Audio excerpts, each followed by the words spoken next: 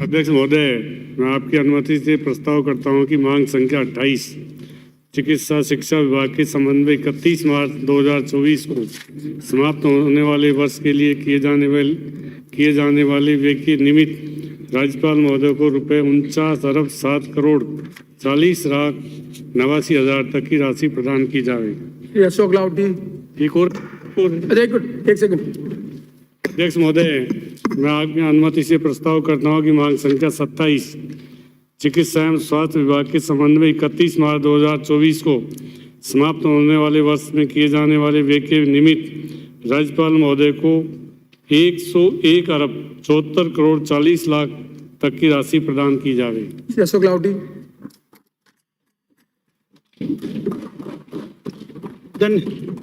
धन्यवाद अध्यक्ष महोदय। अध्यक्ष महोदय, आज चिकित्सा स्वास्थ्य और चिकित्सा पर जो चर्चा हो रही है, ये राजस्थान का सबसे संवेदनशील विभाग है।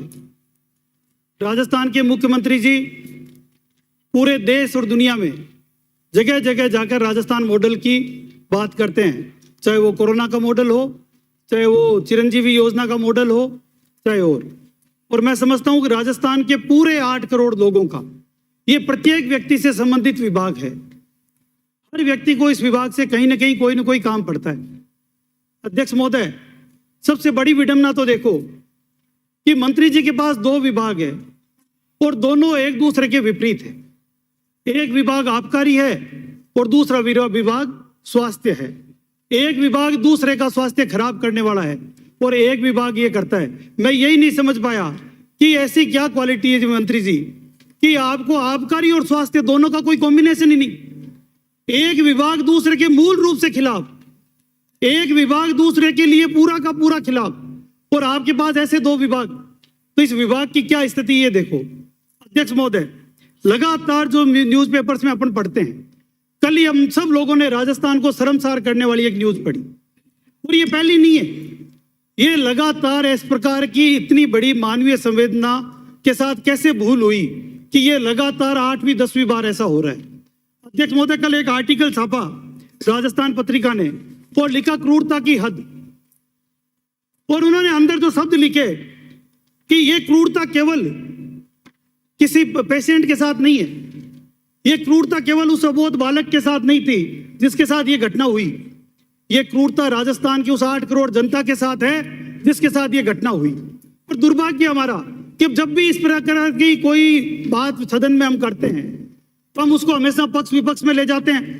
मंत्री जी जब जवाब देते हैं तो 4.5 साल बाद भी पिछली सरकारों का रोना रोते हैं। ये हम किस बात का यहाँ पर जब डिस्कशन हम करते हैं तो उसमें मैं जो आपके सामने मंत्री महोदय जो बातें रख रहा हूँ, मैं बहुत खुले मन से कह रहा हूँ, मैं प्रथम बार का आया हुआ सदस्य हूँ, मैं किसी प्रकार की बायसनेस की बात नहीं कर रहा। ये राजस्थान के 8 करोड़ लोगों की बात है। हम क्या राजस्थान को देना चाहते हैं कि राजस्थान में एक हॉस्पिटल में बच्चा सो रहा हो और उसको श्वान उठाकर ले जाए, कोई कुत्ता ले जाए और उसको नोच दे और वो खत्म हो जाए। मैं समझता हूं शायद इससे ज्यादा शर्मसार करने वाली कोई घटना नहीं हो सकती। सभापति महोदय, सिरोही में 29 दिन के नवजात को अस्पताल में नोच कर मार डाला। जोधपुर में दर्द से पड़ती महिला को लेबर रूम से बाहर निकाल दिया और सड़क पर प्रसव हुआ। ये हमारा राजस्थान का चिकित्सा मॉडल है। अस्पताल के में कुत्ते के मुंह में नवजात का शव मिला, ये जयपुर राजधानी में सांगानेर गेट हॉस्पिटल में मिला। आईसीयू में लकवाग्रस्त महिला की पलक चूहे उतर गए।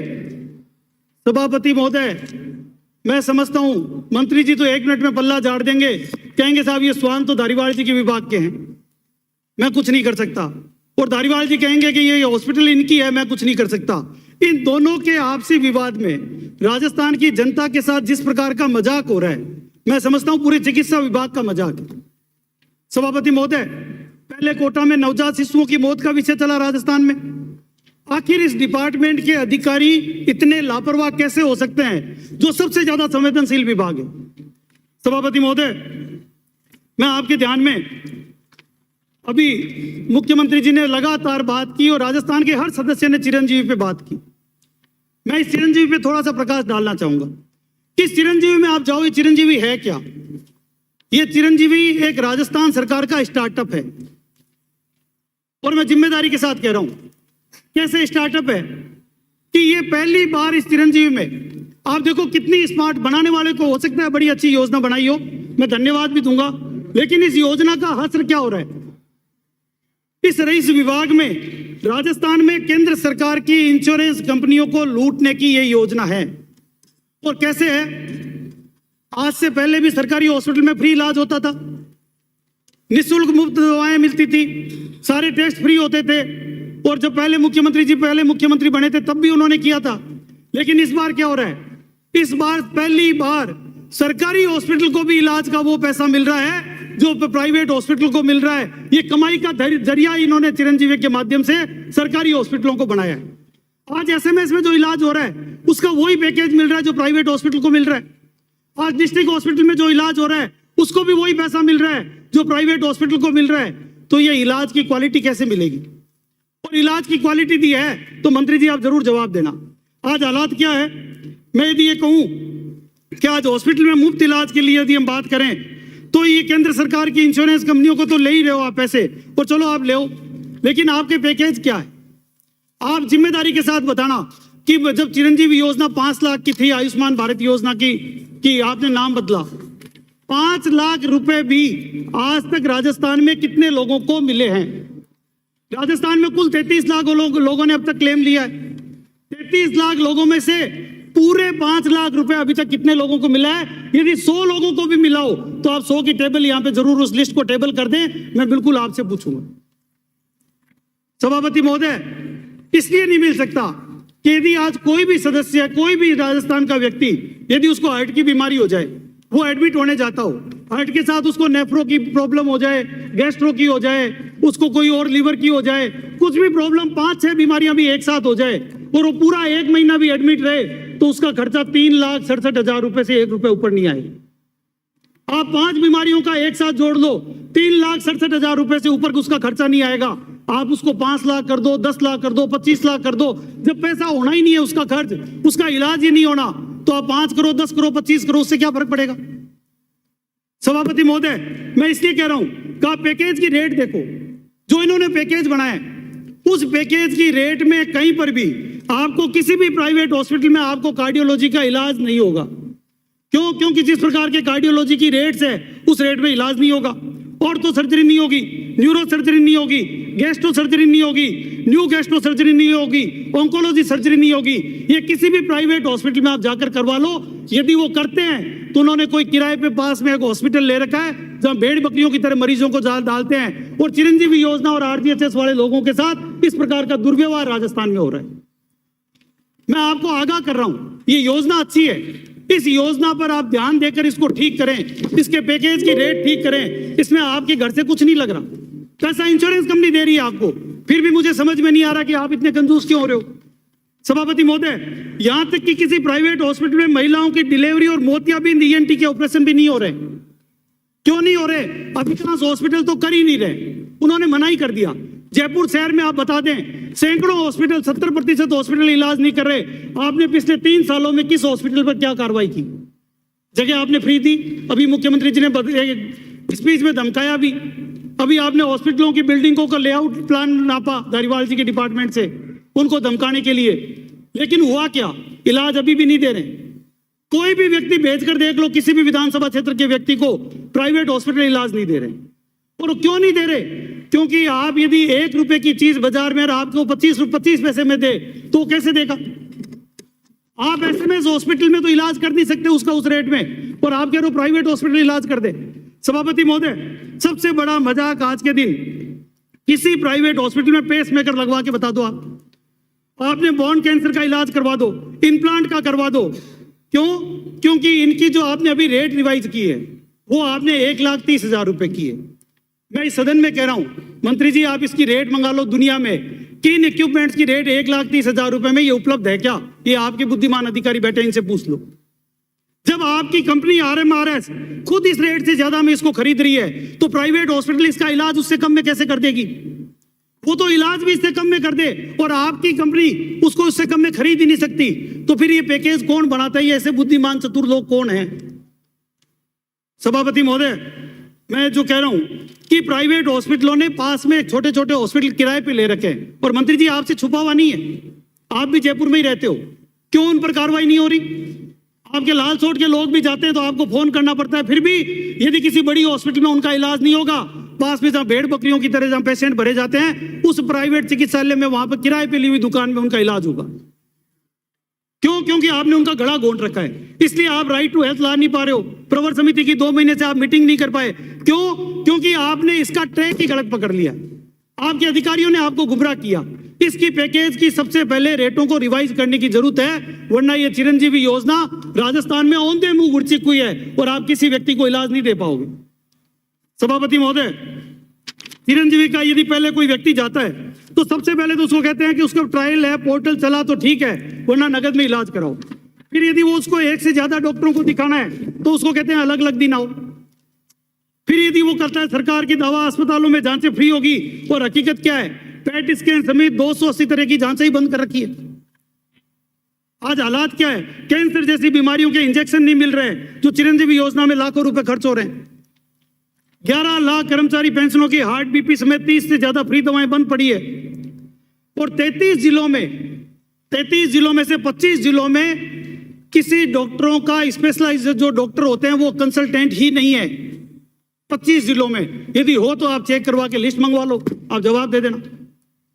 सभापति महोदय, मैं मंत्री जी से ये कहूंगा कि मंत्री जी थोड़ा इस पर ध्यान दो, क्योंकि आप केवल लाल सोट के मंत्री नहीं हो, आप पूरे राजस्थान के मंत्री हो। ठीक है, चुनाव आ रहे हैं, आपको चिंता सता रही है, पर इस लाल सोट की दुनिया से बाहर भी निकलो, पूरे राजस्थान के चिकित्सा मंत्री बनो। पूरा राजस्थान आपकी तरफ देख रहा है, और ये सबसे बड़ा महकमा है जिसको आप लेकर बैठे हो। मैं उम्मीद करता हूं कि आप जवाब देते समय आज इन सब चीजों को इनकॉर्पोरेट करके इसमें ध्यान देंगे। सभापति महोदय, इसके साथ साथ चिरंजीवी योजना में आप देखो, यहाँ इतनी बड़ी बातें हुई, इतनी बड़ी, आज तक राजस्थान में कुल 1,94,000 परिवार है। चिरंजीवी योजना में 1,38,000 परिवार कवर्ड है, उसमें से 1,04,00,000 NFS वाले परिवार है, जो आयुष्मान में 5 लाख रुपए जिनको केंद्र सरकार दे रही है, और वो 5 लाख भी आपका खर्च नहीं हो रहा है। 1,04,00,000 वो परिवार है, 15 लाख वो छोटे किसान है, 2 से 3 लाख जो है वो कॉन्ट्रैक्टर के एम्प्लॉइज है, 15 लाख रुपए RGHS के और ES के कर्मचारी है, 2 से 3 लाख लोग वो है जिनको कोविड-19 में जिनको ग्रांट मिली थी। ऐसे करके 1,38,000 परिवार, 1,38,000 परिवार, यानी कुल 5 करोड़ लोग। और चलो मैंने ये मान लिया केंद्र सरकार पैसा दे रही है, वो भी आपका है, सब है।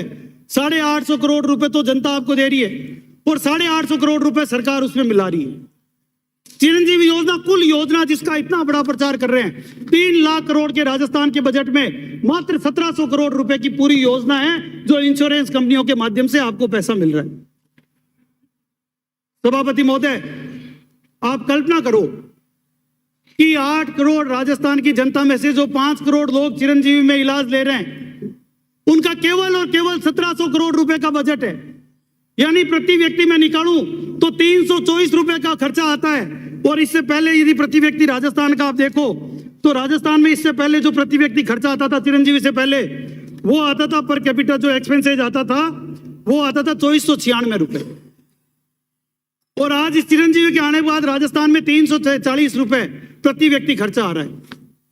सभापति महोदय, आप इस चिरंजीवी के बजट में राजस्थान का भला नहीं कर रहे हैं। आप ये देखो कि इतने कम पैकेज में, इतने कम बजट में आप 8 करोड़ लोगों को जो झुंझुना पकड़ा रहे हो। मंत्री जी, मैं जिम्मेदारी के साथ कह रहा हूं कि योजना आपको फायदा नहीं देगी, आपको नुकसान देकर जाएगी। क्योंकि जो इलाज लेने जा रहा है उसका इलाज नहीं हो रहा, उसको ताने मिल रहे हैं, उसके परिवार दर दर की ठोकरें खा रहे हैं, वो नेताओं के यहाँ घूम रहे हैं, वो फोन करवा रहे हैं, और उसके बाद भी उनको इलाज नहीं मिल रहा। ये सच्चाई है राजस्थान की, चाहे आप सर्वे करवा के देख लो। और आपके पास तो बड़ी बड़ी सर्वे एजेंसियां हैं जो भी DOIT के माध्यम से काम कर रही है, उनके माध्यम से सर्वे करवा के देख लो, आपके सामने सारी चीज आ जाएगी। सभापति महोदय, मैं आपके सामने अभी राजस्थान में, मंत्री जी आपने निःशुल्क दवाओं की बात लंबे समय से मुख्यमंत्री जी कर रहे हैं। आपने कुल 824 दवाओं को निःशुल्क कर रखा है, जो निःशुल्क दवा में आप दे रहे हो। उसमें से 26 आपने पहले हटा दी, 798 दवाएं आप दे रहे हो। अभी राजस्थान में 18/2/1 को आपने एक आदेश निकाला विभाग से और उस आदेश में ये लिखा कि 268 दवाओं के लिए टेंडर नहीं होंगे, इन दवाओं को हटाने की प्रक्रिया शुरू कर दी गई है। और वो क्यों लिखा और किन के टेंडर हुए, ये आप भी जरा ध्यान दो अधिकारियों को। केवल उन दवाओं के टेंडर हुए हैं जिनकी एमआरपी 1500 रुपए लिखी हुई थी, लेकिन वो दवाएं बाजार में 500-600 रुपए में मिल रही है। उस गालम गाल, उस घपले के लिए, उस भ्रष्टाचार के लिए टेंडर लगाए गए। 268 वो दवाएं हटा दी जो सस्ती मिल रही थी, 268 वो दवाएं हटा दी जिसमें कमीशन नहीं था, 268 वो दवाएं हटा दी। तो पहले घोषणा क्यों हुई? 798 824 दवाओं में से 798 बची और 268 का लिखित आदेश निकाल दिया कि इन 268 दवाओं की जरूरत ही नहीं है राजस्थान में। इसलिए राजस्थान में मरीज जब इलाज करवाने जाता है तो उसको पर्ची दे दी जाती है, दवाएं उपलब्ध नहीं है, बाजार से ले आओ। सभापति महोदय, केवल टेंडर होने के 6-8 महीने में दवाएं चोरी हो जाती है। कितनी बार एसएमएस हॉस्पिटल में आग लगी, कितनी बार राजस्थान में आग लगी, आज तक उन आग की जांच हुई क्या? एक मंत्री जी पहले थे, उनके समय भी मैंने कहा जांच कराओ। जब भी कोई ना कोई बड़ा मामला विधानसभा में उठता है या विधानसभा शुरू होने वाली होती है तो इनके किसी न किसी डिस्ट्रिक्ट हॉस्पिटल में या एसएमएस हॉस्पिटल में आग लग जाती है और वो दस्तावेज जल जाते हैं। जब भी आज 10 करोड़ के कोविड में मास्क चोरी हुए थे, कहां गए वो मास्क? दिल्ली में पकड़े गए थे, चंडीगढ़ में पकड़े गए थे, उसकी जांच रिपोर्ट का क्या हुआ? आप जवाब दें मंत्री जी। आज कितनी बार एसएमएस हॉस्पिटल सहित राजस्थान में आपके डिपार्टमेंट में चोरियां हुई, उन चोरियों का क्या हुआ? कौन कौन चोर पकड़ा गया, कितनों पर कार्रवाई हुई? केवल और केवल एक भ्रष्टाचार और लूट का अड्डा राजस्थान में इस विभाग में अधिकारियों ने बनाया। सभापति महोदय, अभी स्टेट कैंसर सेंटर की बड़ी बड़ी बातें हो रही है। बहुत बड़ा सेंटर खुला, पहला ऐसा इंस्टीट्यूट है जहां पर इनका बस नहीं चल रहा, वहां 3 दिन ओपीडी वहां लगेगी और 3 दिन एसएमएस में लगेगी। ये क्या कारण है? जब आपने स्पेशलाइज करोड़ों रुपए की बिल्डिंग बना दी तो 3 दिन तो ओपीडी वहां लगेगी और 3 दिन एसएमएस हॉस्पिटल में लगेगी। क्यों? क्योंकि इनका बस नहीं चलता अधिकारियों पर, इनका बस नहीं चलता डॉक्टरों पर, इनका बस नहीं चलता इनके कर्मचारियों पर।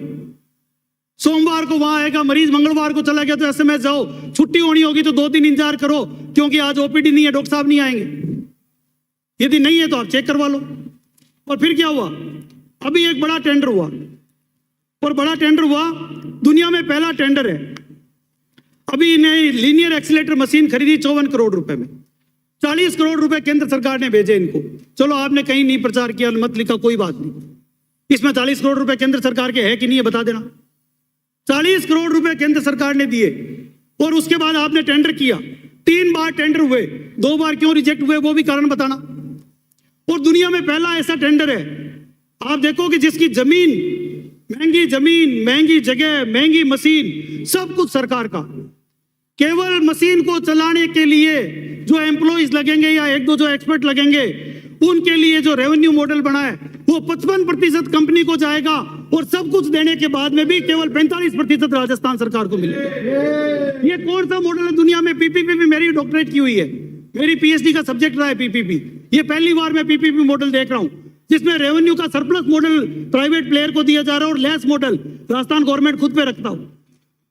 सभापति महोदय, सरकार 10-20 लाख की भी टेंडर करती है ना सड़क का, तो उसमें 3-3 साल की डिफेक्ट लायबिलिटी पीरियड होता है, 10 साल की ओएनएम होती है। और इसमें क्या हुआ? 3 साल का डिफेक्ट लायबिलिटी पीरियड खत्म करके केवल 1 साल कर दिया। और वो क्यों कर दिया? ताकि आपकी इंस्टॉलेशन, कमीशनिंग और ट्रायल में 1 साल निकल जाएगा। यदि नहीं हो तो आप आज शपथ पेश कर दो कि इसे 1 साल से पहले आप ट्रायल करके और मशीन चालू कर दोगे। इस मशीन को लैंड करवाने में, इंस्टॉलेशन करने में, कमीशनिंग करने में, ट्रायल करने में 1 साल लग जाएगा। और उसके बाद भी आपके यहां पर ये मशीन चालू होगी जब तक उस कंपनी की जिम्मेदारी खत्म हो जाएगी। सभापति महोदय, वाह संवेदनशील सरकार, किसके प्रति ये तय करो? डिपार्टमेंट के प्रति, अधिकारियों के प्रति, जनता के प्रति या कंपनियों के प्रति? सभापति महोदय, रोबोटिक मशीन की, रोबोटिक की बड़ी बड़ी बातें की, हम रोबोटिक सर्जरी पे जा रहे हैं। एक रोबोट खरीदा और जिस रोबोट की कीमत पूरी दुनिया में 16 करोड़ रुपए है, वो इन्होंने खरीदा 25 करोड़ रुपए में। और 25 करोड़ में खरीदा क्या? कुछ डॉक्टरों ने उसमें ये लिखा, कहा कि इस रोबोट की जरूरत ही नहीं है, रोबोट ही हमारे पैरामीटर्स पर पूरा नहीं उतर रहा। और फिर भी उसके 8 करोड़ रुपए इन्होंने 9 करोड़ रुपए ज्यादा दिए। ज्यादा देकर वो कौन सा ऐसा लास्ट डॉक्टर था जिसने इस रिपोर्ट दी, एक डॉक्टर ने, बाकी सब डॉक्टर ने उस नोट शीट पे लिखा है कि रोबोटिक हमारे लिए रोबोट काम का नहीं है। उस एक लास्ट डॉक्टर ने वो रिपोर्ट दी और उसके रिपोर्ट के आधार पर 25 करोड़ का ये रोबोट आपने 9 करोड़ रुपए महंगा खरीदा। ये किसका क्या कारण रहा, वो भी आप जवाब देना। सभापति महोदय, भीलवाड़ा मॉडल की बात हुई, कोविड की बात हुई, मैं धन्यवाद देता हूं मंत्री जी को।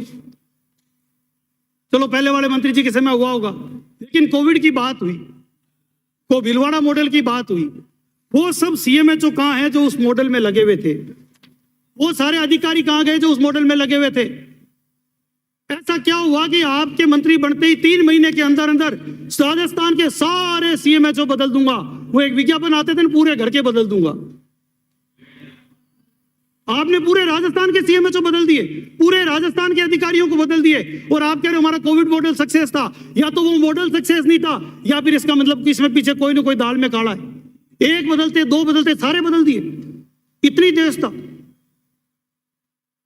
मैं सोच रहा था कांग्रेस में केवल 2 ही लोगों का झगड़ा चल रहा है, यहां तो गली गली में झगड़ा चल रहा है। इतनी द्वेष था कि पूरे घर ही बदल दिया आपने। सभापति महोदय, एक और मैं आपके विषय ध्यान में लाना चाहता हूं। मंत्री महोदय, कोविड के टाइम में ब्लैक फंगस इंजेक्शन, आप राजस्थान के बराबर के स्टेट की सबकी तुलना करवा ले।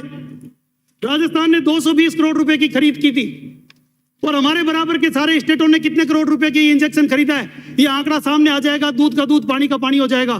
3-4 घंटे का टाइम है, फोन करवा के ले लो। गुजरात का ले लो, उत्तर प्रदेश का ले लो, मध्य प्रदेश का ले लो। उत्तर प्रदेश तुमसे 4 गुना बड़ा, और हरियाणा ले लो, पंजाब ले लो। 220 करोड़ रुपए के ब्लैक फंगस के इंजेक्शन खरीदे, और हमारे बराबर के स्टेट ने कितने खरीदे? रेमडेसिविर इंजेक्शन, 1 मिनट मानिए, 1 मिनट। रेमडेसिविर इंजेक्शन 600 करोड़ रुपए के रेमडेसिविर राजस्थान ने खरीदे, 600 करोड़ रुपए के। हमारे बराबर के सभी स्टेट में कोविड एक ही जैसा हुआ था, राजस्थान में तो अलग नहीं हुआ। बाकी स्टेट्स में कितने रेमडेसिविर खरीदे उसका भी डाटा मंगाओ आप, उसका डाटा भी यहां पे रखना आप सदन में। जब रेमडेसिविर बंद करने की लास्ट गाइडलाइन आई, उस दिन कितना बड़ा टेंडर लगा, यह भी फिगर आप रखना इसमें। कि जब भारत सरकार ने, WHO ने गाइडलाइन दी जब रेमडेसिविर और जो कोई बंद किया जाए, उस दिन कितने का टेंडर लगा आपके यहाँ पे, उसको भी जानकारी या सदन में आप उपलब्ध कराएं। सभापति महोदय, ये जो डिपार्टमेंट चलाने का तरीका है, मैं समझता हूं कि राजस्थान की जनता के साथ ये धोखा है। और मैं जिम्मेदारी से इसलिए कह रहा हूं क्योंकि डिपार्टमेंट बेलगाम हो गया है। इसी सदन में सबसे पहली, सबसे बड़ी चिकित्सा विभाग की घोषणा हुई थी निरोगी राजस्थान के नाम से, और उसके बाद जनता क्लिनिक की बात हुई। वो जनता से दूर है जनता क्लिनिक। कम से कम 10 सवालों के जवाब में आ गया कि अब तक कितने खुले हैं, जहां हर वार्ड में, जोधपुर में 4, माननीय सदस्य आपके यहाँ पे 4, ये रिपोर्ट में आया हुआ पड़ा, केवल 4, जयपुर में 9, और वो भी केंद्र सरकार के पैसे के हैं। वो भी पूरे राजस्थान में कितने खुले हैं? राजस्थान के 9000 कुछ वार्ड है, 10,000 पंचायत समितियां है। आपके यहाँ खुल गया तो जनता जवाब मांग लेगी चुनाव में, चिंता मत करो। नहीं बोले। सभापति महोदय, यदि खुले हैं तो आंकड़ा दे दें। केंद्र सरकार पैसे दे रही है, फिर भी इनसे नहीं खुल रहा। जनता से दूर है जनता क्लिनिक। हर गली मोहल्ले में खुलना था, हर पंचायत में खुलना था, शहरों में हर वार्ड में खुलना था। अकेले जयपुर में 250 वार्ड है, केवल 9 खुले हैं। सभापति महोदय, कहां गया वो निरोगी संकल्प का जो संकल्प था? सभापति महोदय, 100 करोड़ रुपए की निरोगी राजस्थान प्रबंध कोष का गठन किया था, उसमें कितना खर्चा हुआ मंत्री जी बताना? 25 जिला मुख्यालयों पर नर्सिंग महाविद्यालय की पहली घोषणा थी। 2022 में 18 जिला मुख्यालयों पे नर्सिंग कॉलेज की घोषणा थी। वो क्यों नहीं खुल पा रहे, उसमें क्या गालम बेल है, ये भी बताना। इसमें क्या मजबूरी है, ये भी बताना। सांगानेर जयपुर में एक सैटेलाइट हॉस्पिटल की घोषणा की थी, आज तक वो कागजों में भी नहीं बना। ये जी कागजों में बनाओ तो कागज पेश करें। और उसके बाद जब ट्रॉमा सेंटर बनने वाला था, उस ट्रॉमा सेंटर के साथ आपने ये कहा कि 4 ट्रॉमा सेंटर जयपुर में और खोले जाएंगे चारों दिशाओं में। वो कहाँ है 4 ट्रॉमा? जगह चिन्हित हो गई हो तो वही बताना, कोई उसका नक्शा बन गया हो तो यहाँ टेबल करवाना, पेश करवाना। केवल और केवल घोषणा इस सदन में कर देना और वापस चले जाना। सभापति महोदय, मैं समझता हूं ये ऐसा विभाग नहीं है। इस विभाग की घोषणा प्रत्येक मानव जीवन से जुड़ी हुई है। इस विभाग की घोषणा हर व्यक्ति के सेहत के साथ जुड़ी हुई है। इस विभाग में इस प्रकार की गैर संवेदनशीलता मैं समझता हूं शायद राजस्थान कभी माफ नहीं करेगा। सभापति महोदय, 1000 नए उप स्वास्थ्य केंद्र खोलने की घोषणा। 1000 जनता क्लिनिक तो खोल ही दी आपने, फिर उसके बाद घोषणा हुई थी 1000 नए उप स्वास्थ्य केंद्र। प्रदेश में 19 ब्लॉकों में आयुष चिकित्सालय, कहां कहां खुला वो भी बताना। आप खुले तो टेबल कराओ ना यहाँ पे, इतने खुल गए। बीच में नहीं। सभापति महोदय, टोकिए मत। ये जो माननीय सदस्य कह रहे हैं ना खुल गए, इनके नाम से टेबल कराओ। आपका टर्न आएगा, आप बोल देना प्लीज, ताकि इनके यहाँ पर भी आए। सभापति महोदय, अभी राजस्थान में ये सब क्यों नहीं हो रहा? क्योंकि राजस्थान का चिकित्सा का बजट देखते। मंत्री महोदय, मैं आपका ध्यान दिलाना चाहूंगा, मुख्यमंत्री जी ने कहा कि बजट में हमने इतने बढ़ाया, बजट आपने बढ़ाया। लास्ट ईयर के बजट से आपने 2500 करोड़ रुपए ज्यादा बढ़ाकर आपने कहा हमने बजट 18,038 कर दिया। आपने हेल्थ एंड फैमिली वेलफेयर का बजट 18,038 करोड़ किया, लेकिन किस में किया? लास्ट ईयर आपका बी देखो, आपने 16,974 करोड़ रुपए बी में रखा था, रेवेन्यू एक्सपेंडिचर आपकी सैलरी, पेंशन और इंटरेस्ट का, जो आपका बढ़कर जो आपने 15,000 ही आप खर्च कर पाए। उसके बाद आप कह रहे हो 18,000, यानी आपने 2,500 करोड़ रुपए केवल रेवेन्यू एक्सपेंडिचर बढ़ाया है। आपका कैपिटल एक्सपेंडिचर देखो, आपने जो आरी में 4495 करोड़ किया था, उसको आपने 450 करोड़ रुपए कम करके 4,026 करोड़ ही कर दिया। आप कह रहे हो हम 3 मेडिकल कॉलेज खोलेंगे, इतनी सब चीजें खोलेंगे, और बजट आप कम कर रहे हो। ये राजस्थान में किसको बेवकूफ बना रहे हो मंत्री महोदय? एक बार आप पूछो बजट के अधिकारियों से, उन्होंने आपकी डिपार्टमेंट की नसबंदी कर दी।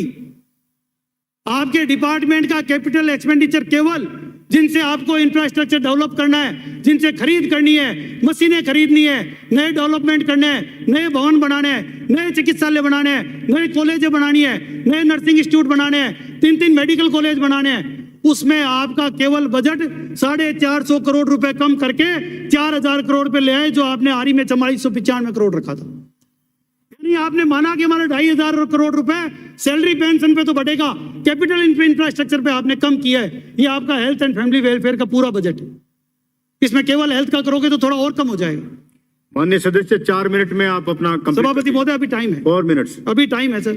सभापति महोदय, मैं आपके ध्यान में लाना चाहूंगा कि एक रिपोर्ट में भी आया है कि राजस्थान की सरकार सड़क और स्कूलों दोनों का कंबाइंड आया है कि अपने जितना बजट इन्होंने घोषणा किया, इसका अभी तक केवल इस मार्च तक 16% बजट खर्च कर पाए, केवल 16% बजट खर्च कर पाए आप इंफ्रास्ट्रक्चर पे।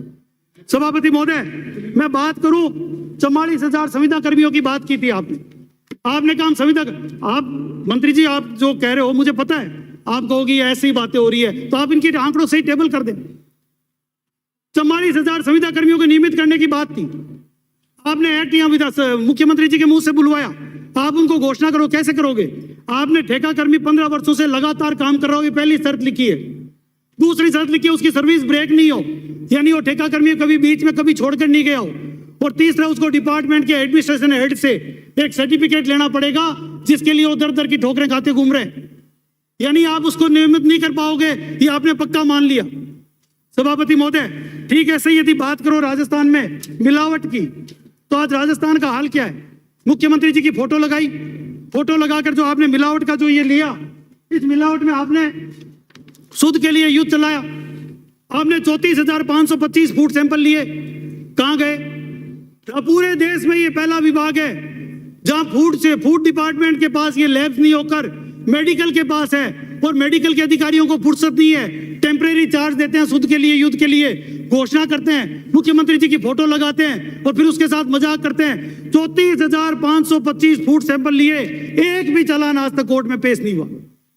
पिछले 11 साल में केवल 2 चालान कोर्ट में पेश हुए हैं, उसमें हमारी सरकार भी आई है। लेकिन ये राजस्थान की जनता के साथ मजाक बना रहे डिपार्टमेंट, इसलिए। और फिर क्या होता है, जिस मिठाई का सैंपल लेते हो, जब तक उसकी रिपोर्ट आती है, जब तक वो सैंपल बाजार से खत्म हो जाता है। जिस दवा का सैंपल लेते हैं, जब तक उसकी रिपोर्ट आती है, वो दवा बाजार में बिक जाती है उस बैच की सारी। एक भी अपराधी को राजस्थान में नकली दवाओं के मामले में सजा हुई हो, एक भी अपराधी को राजस्थान में नकली फूड के मामले में सजा हुई हो, तो आप एफिडेविट के साथ पेश कर दें मंत्री जी, या उसका नाम पता सहित आप पेश कर दें, इसको सजा दी हमने। सभापति महोदय, आज हालात क्या है राजस्थान की? आप हालात देखो। आज मैं मांग करता हूं, बिल्कुल रहूंगा, मैं जहां थोड़ी ना रहूं, यही रहूंगा।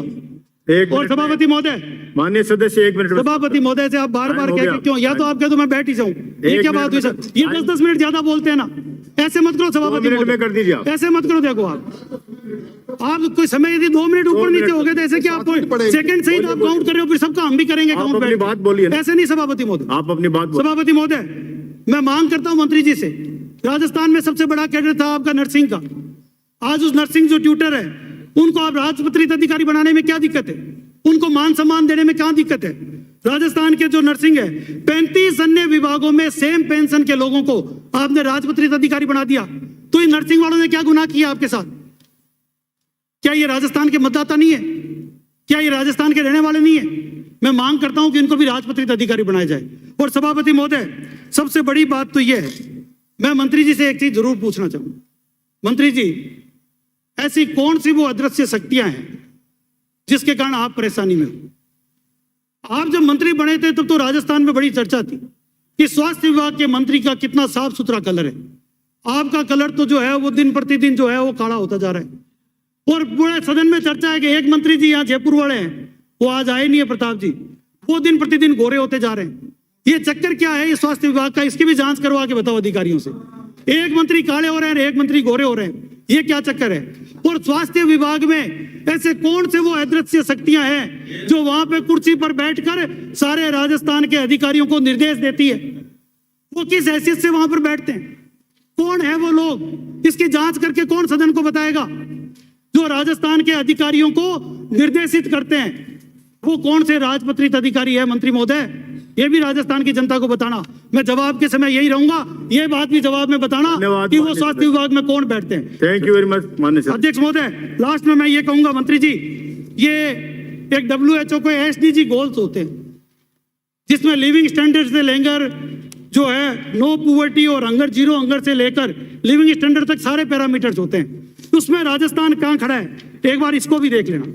और राजस्थान का एक आंकड़ा और है कि राजस्थान में 6 लाख बच्चे जन्मे तो कम है, चलो उसमें आप क्या करोगे, लेकिन 5 लाख मौतें बढ़ी है राजस्थान में। ये किसकी जिम्मेदारी है? ये आपके विभाग की जिम्मेदारी है। ये भारत सरकार के CRS 2020 की रिपोर्ट है, 21-22 की बाकी है।